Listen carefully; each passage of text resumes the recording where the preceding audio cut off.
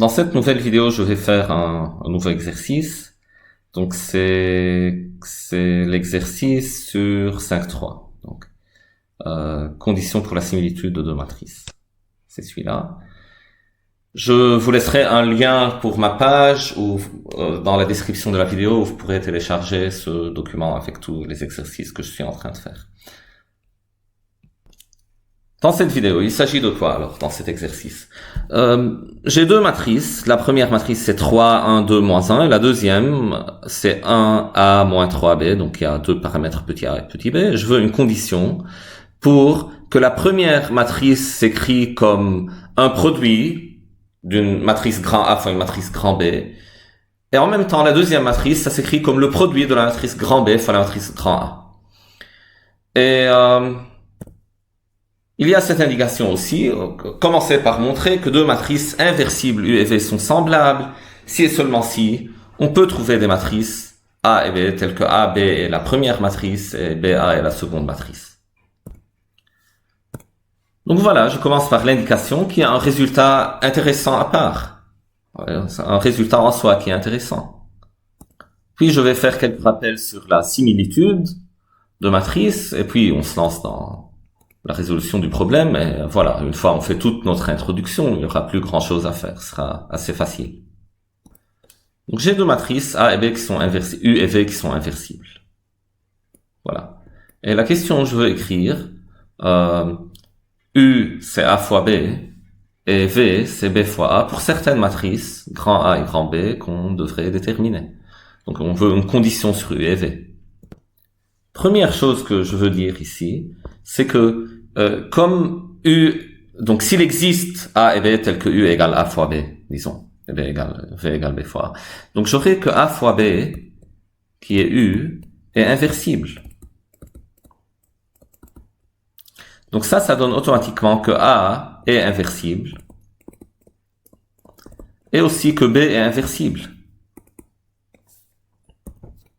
Pourquoi? Parce que déjà, tout le monde sait, ce sont des matrices carrées de taille n, bien sûr, comme c'est dans l'hypothèse. Donc U et V, j'ai pas dit qu'elles sont carrées de taille n, mais parler de matrices semblables, elles sont automatiquement des matrices carrées, parce que je ne parle pas de similitude sauf pour les matrices carrées. Et voilà, A et B de taille n, donc U et V sont de taille n aussi. Et si A fois B est inversible, donc le déterminant de A fois B est non nul, donc déterminant de A fois déterminant de B est non nul, donc A est inversible et B est inversible. C'est pour ça que j'ai cette implication-là. Maintenant, une deuxième remarque qu'il faut connaître aussi. Donc si A ou B est inversible, ça donne automatiquement que AB et BA sont semblables. Et pourquoi ça? Bon, j'écris AB, donc A fois B. Supposez que A est inversible. Je peux écrire A fois B. Donc c'est A fois B fois A fois A moins 1. Donc je peux parler de A moins 1 parce que mon hypothèse c'est que A est inversible. Donc elles sont semblables parce que c'est la définition de deux matrices semblables. M et N sont semblables si l'une c'est P moins 1 fois N fois P pour une certaine matrice inversible P. Donc l'autre sera P fois M fois P moins 1. Et je peux bien sûr refaire le même argument si B est inversible. Donc le premier, si donc ici A inversible. Maintenant si B est inversible, je peux refaire la même chose. J'écris alors A fois B, c'est B moins 1 fois B fois A fois B. Donc aussi de la forme P moins 1 fois la première matrice fois P. Donc clairement, cette égalité est vraie, parce que le produit matriciel est associatif, B moins 1 fois B c'est l'identité, donc le terme de gauche c'est A fois B, le terme de droite aussi. Donc si l'une des matrices est semblable, est inversible, alors le produit A fois B et B fois A sont forcément des matrices semblables. L'indication qu'on veut démontrer, le résultat de l'indication, c'est une forme aussi de réciproque à ça. Donc il y a les deux sens. Donc il y a ça, et il y a une réciproque à ça, qui dit que si les deux matrices sont semblables, alors elles sont forcément de la forme A fois B et B fois A, sous condition d'inversibilité. Mais avant de faire ça, donc je vais dire que la condition que A ou B sont inversibles sont nécessaires. Parce que je peux trouver A et B non inversibles. Donc il existe A, B non inversibles, toutes les deux. Tels que A fois B et B fois A non semblables. Donc si vous voulez arrêter la vidéo et réfléchissez un peu à ça, je vous donne directement un exemple. Un exemple en taille 2, en dimension 2. Je prends A, c'est cette matrice-là. Donc 0, 1, 0, 0. Donc c'est la matrice de l'application qui envoie E2 à E1 et E1 à 0. Et B, je prends ça, la matrice de la projection de R2 sur l'axe des X, si vous voulez. Donc ça, sa matrice c'est 1, 0, l'image de E1 c'est E1, et l'image de E2 c'est 0, donc c'est cette matrice-là. Donc si je les vois comme matrice d'une application, la première c'est F et la deuxième c'est la projection. Donc l'idée ici, si je projette puis j'applique F, j'aurai 0. Donc forcément A fois B égale 0. Donc A fois B égale la matrice nulle. Mais si j'applique F puis je projette, donc une fois j'applique F, l'image c'est dans vec de 1, quand je projette sur vec de 1, ça ne va rien changer. Donc B fois A, c'est la même chose que A. Parce que si j'applique A puis je projette, donc c'est comme si j'ai appliqué A tout court, je suis arrêté là. Et c'est facile à vérifier en fait, vérifier trivialement que A fois B c'est égal à 0. Et B fois A, bon, je l'ai réécrit dans l'ordre pour que la vérification soit facile. Ça, c'est B. Et ça, c'est A, 0, 1, 0, 0. Et le produit, c'est clairement la matrice A.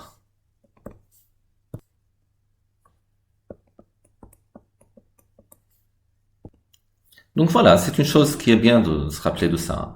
A et B, AB fois BA sont semblables si au moins l'une des matrices est inversible. Et donc ça démontre une des implications de l'indication. Donc ça montre l'implication de droite à gauche. Celle-là.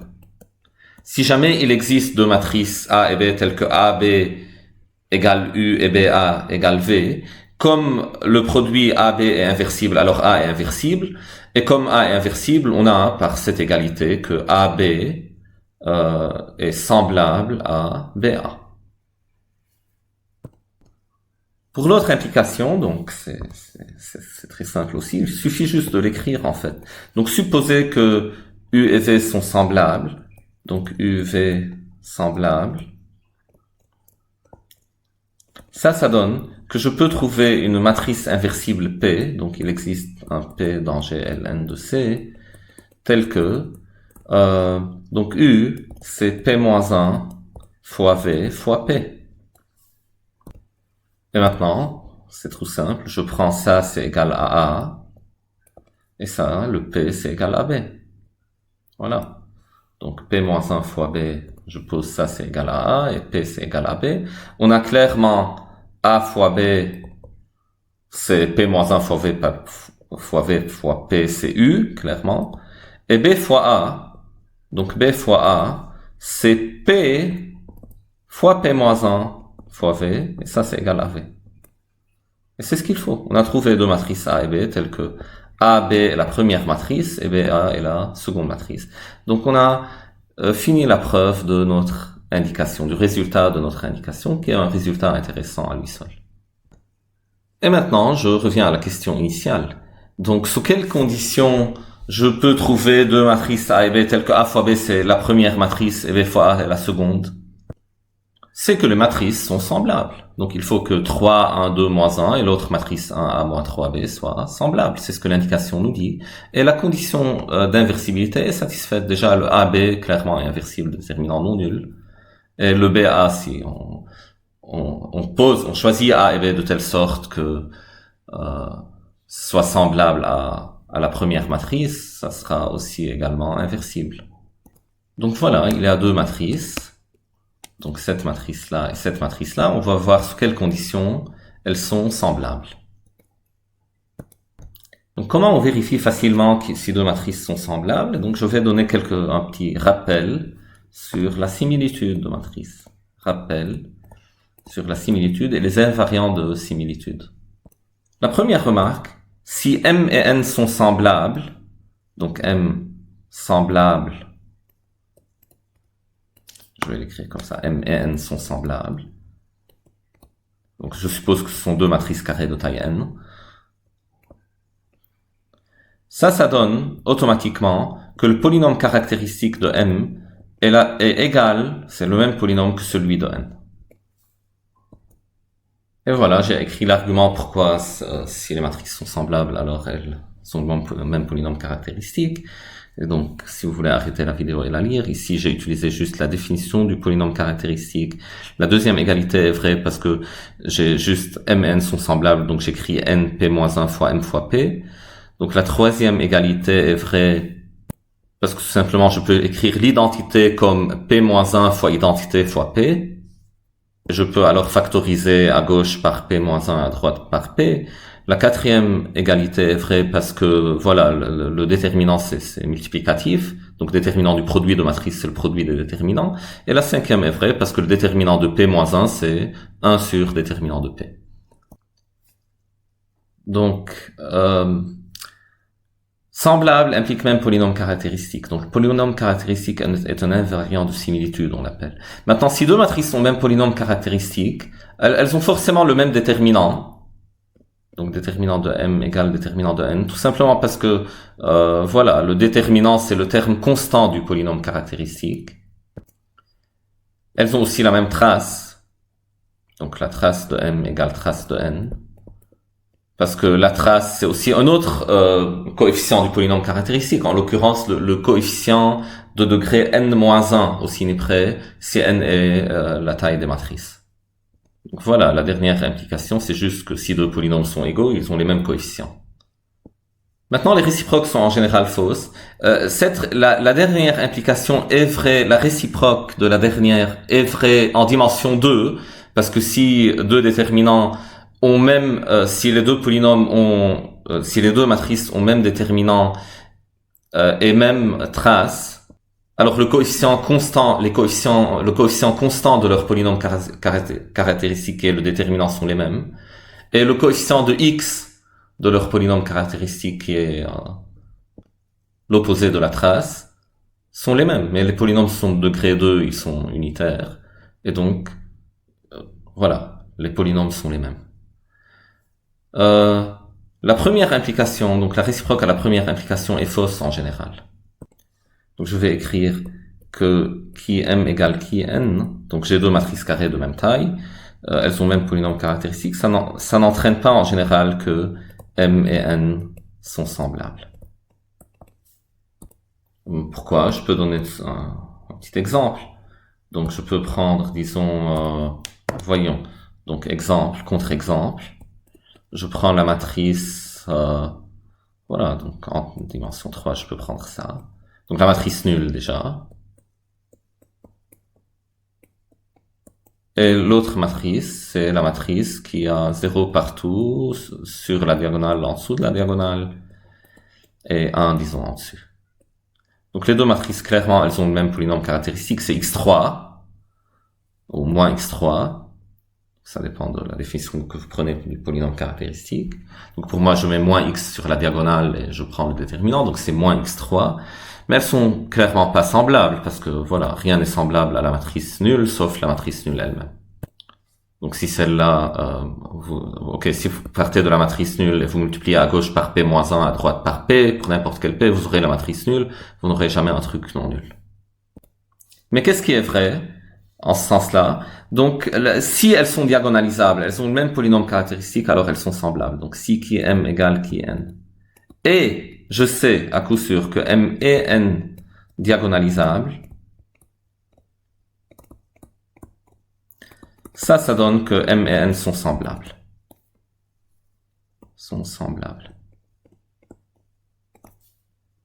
Et pourquoi ça c'est vrai? Parce que, tout simplement, les racines du polynôme, je travaille dans C, je considère que je travaille dans C, j'ai le droit de faire mon argument dans C en fait, et donc je dis que les racines du polynôme caractéristique, je les appelle lambda 1, lambda 2 jusqu'à lambda n, Et c'est les racines de n'importe lequel des polynômes caractéristiques. Donc, ce sont à la fois les valeurs propres de M et les valeurs propres de N. Maintenant, M et N sont diagonalisables. Donc, M et N sont toutes les deux semblables à la matrice diagonale qui a les lambda I sur la diagonale. Donc, M est semblable à cette matrice-là et N aussi est semblable à cette matrice-là. Donc, M et N sont semblables. La relation de similitude est une relation transitive. C'est une relation d'équivalence. Ok, parfait. Donc, dans notre exercice, on veut montrer que les matrices U, donc celle-là, donc l'une c'est U et l'autre c'est V, U et V, elles s'écrivent de la forme AB et BA. Donc ça revient à dire qu'elles sont inversibles d'après l'indication, qu'elles sont semblables. Et d'après notre rappel, pour montrer qu'elles sont semblables, il suffit de montrer qu'elles ont même polynôme caractéristique, elles sont diagonalisables. Il suffit de le faire. Il suffit de trouver la condition sur A et B pour qu'elles soient diagonalisables et le même polynôme caractéristique. En fait, la condition ne sera pas qu'ils sont diagonalisables parce qu'on va vérifier que la matrice, celle-là, est directement diagonalisable. Donc ce ne sera pas une condition supplémentaire qu'on imposera. D'accord, donc une condition, je récapitule, donc une condition nécessaire pour que ça marche, c'est qu'elles aient même polynôme caractéristique. Et puis, je détermine A et B, petit a et petit b pour qu'elles aient le même polynôme caractéristique. Et je vérifie qu'elles sont semblables en vérifiant par exemple qu'elles sont toutes les deux diagonalisables pour ces valeurs que je trouve de A et B. D'accord, donc déterminons petit a et petit b pour que qui de la première matrice égale qui de la seconde matrice. Et même polynôme caractéristique. Mais comme je viens de dire, en dimension 2, les coefficients du polynôme caractéristique ne sont autres que le déterminant et la trace. Donc il suffit de vérifier ou de déterminer les conditions pour que ces deux matrices aient même déterminant et même trace. Donc donnons des noms à ces matrices, donc on va les appeler U la première pour la première et V pour la seconde. Et on va dire, comme U est inversible, alors si j'arrive à écrire U égale A fois B, alors j'aurai forcément A et B sont inversibles, et je peux appliquer mon indication qui dit que l'existence de A et B telle que AB égale U et BA égale V, ça entraîne forcément que U et V sont semblables. Donc je vais dire, cherchons les conditions sur A, petit a et petit b pour que U et V sont semblables. On doit avoir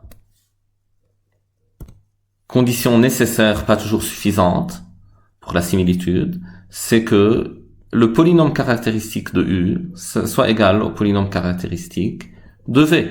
Mais comme on est en dimension 2, la condition sur l'égalité des polynômes caractéristiques, ça se réduit à une condition déterminant égale déterminant et trace égale trace. Donc, je dis que le déterminant, donc on doit avoir déterminant de U égale déterminant de V, et ça garantit l'égalité des termes constants de qui U et qui V, et trace de U égale trace de V, et ça garantit l'égalité des coefficients de X dans qui U et qui V.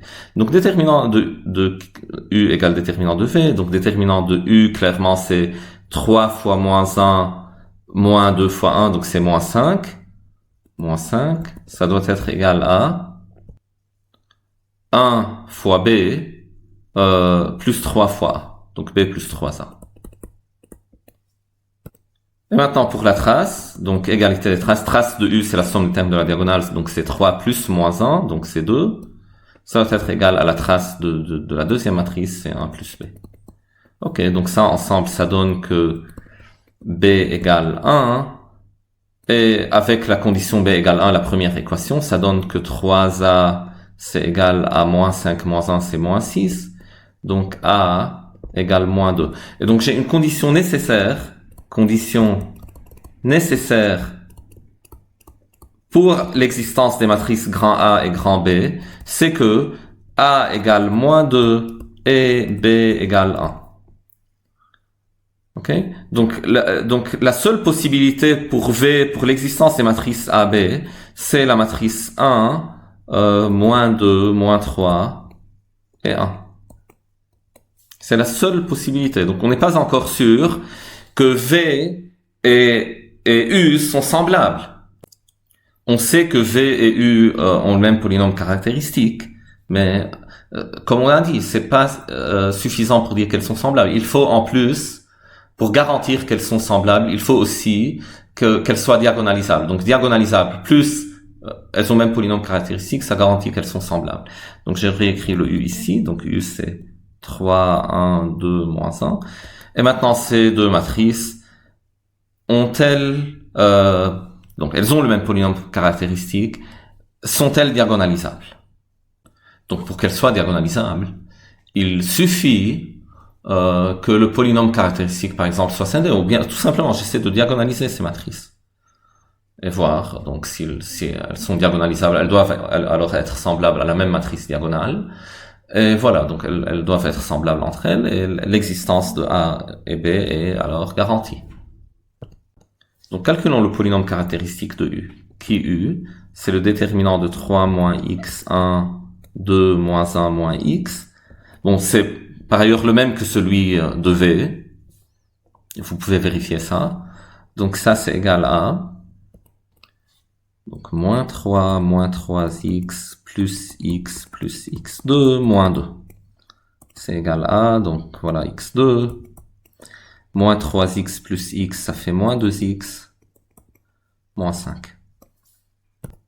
Et donc, je factorise ça. Je dis que ça, c'est égal à x moins 1 moins racine de 6. Facteur x moins 1 plus racine de 6. Donc, je peux dire que le polynôme caractéristique de U, qui est d'ailleurs celui de V, n'a que des racines simples. Donc, les racines de qui U sont toutes simples. Donc, j'écris les racines de qui U, qui est égal à qui V, sont toutes simples, sont même réelles. Donc, c'est scindé dans R, peu importe. Bon, c'est important parce qu'on veut les matrices A et B soient réelles, mais voilà, bon, je dis ça à propos de ça tout à l'heure. Donc, elles sont simples et réelles, disons. Donc, ça donne que, voilà, donc U et V sont diagonalisables dans R.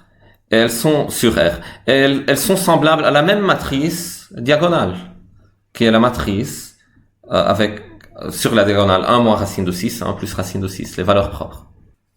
Donc U et V sont semblables. Donc je dis U et V semblables. Et maintenant, d'après l'argument que j'ai fait, je peux dire qu'il y a un A et B, tel que U égale AB et V égale BA. Donc je répète un peu l'argument pour voir que ça marche aussi dans R lorsque les matrices sont diagonalisables dans R. Donc je dis que il existe un P, mais cette fois réel, tel que P-1 fois U fois P, c'est égal à V. Pourquoi P? Bon, P existe parce que U et V sont semblables. Et pourquoi P est réel? C'est juste la matrice de passage de U à la matrice diagonale est une matrice réelle, parce que la matrice de passage est réelle. Et puis la matrice de passage entre la matrice diagonale et V est réelle, et donc je prends le produit des matrices de passage, qui sont toutes les deux réelles, et ça donne un truc réel. Et donc je peux prendre... Donc, ce que je veux, c'est que AB égale U et BA égale V. Et donc, je prends tout simplement P-1 fois B fois U. Ça, je l'appelle B. Et le P, je l'appelle A. Voilà, BA égale V clairement. Et clairement aussi que A fois B, c'est P fois P-1 fois U, c'est U. Et c'est ce qu'il faut. Donc la condition nécessaire et suffisante pour trouver l'existence de ces matrices, A et B avec voilà ces conditions, c'est que c'est ces conditions-là, A égale moins 2 et B égale 1. Et on peut trouver explicitement les matrices A et B, donc on a le moyen pour le faire, il faut juste calculer les matrices de passage. Donc il faut en fait juste diagonaliser, diagonaliser U, diagonaliser V, vous aurez deux matrices de passage P et Q, ou bien disons M et N, et votre matrice de passage P sera un truc en M fois N-1 ou N-1 fois M. Donc si on s'intéresse à trouver explicitement A et B, il faut trouver une base de vecteurs propres de U et une base de vecteurs propres de V, ce qui n'est pas compliqué à faire.